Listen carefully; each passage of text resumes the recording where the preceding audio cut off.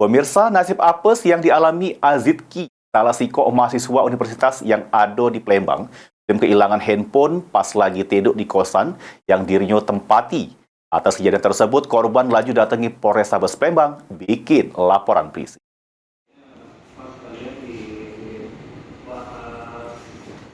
Nasib apes yang dialami Azidki, salah siko mahasiswa yang ada di kota Palembang, sudah menjadi korban kemalingan handphone di kosan yang ditempatinya.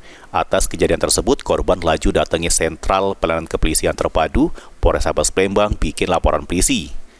Kejadian bermula korban yang sedang tidur nyenyak di kosan yang berada di Jalan Mayor Surbi Rustam, Lorong Mupakat, Kelurahan Sukarame, Palembang, tidak tahu kalau kawannya keluar dari kosan guna nak beli nasi goreng. Pas keluar, kawan korban lupa kunci pintu kosan, sehingga korban yang terbangun dari tidurnya terkejut kalau handphone yang sedang dirinya cas sudah melengket 3 sak maling. Korban sempat nanya sama kawannya, cuma tak tahu siapa yang maling. Akibat kejadian tersebut, korban kehilangan HP merek Oppo sama Vivo dengan total kerugian kurang lebih 6 juta rupiah. So, hilang HP itu. Posisinya dan lagi tidur kak.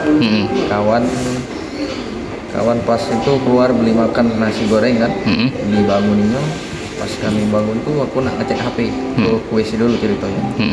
Pas ke WC sudah tahu ngecek HP, hati lagi bangun dia kan. Iya. Dan dia kata dia dicas HP kan.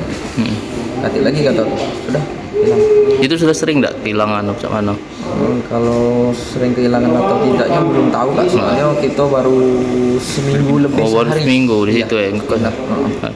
Kita sempat nanya tak sama yang punya kosan itu ada CCTV macam mana? Sudah sempat kita tanya ke kata Bapak RT itu tidak aktif katanya. Mak ini laporan korban sudah diterima oleh pihak kepolisian dan bakal ditindaklanjut oleh petugas Satreskrim Polrestabes Palembang. Suryadi, PAL TV.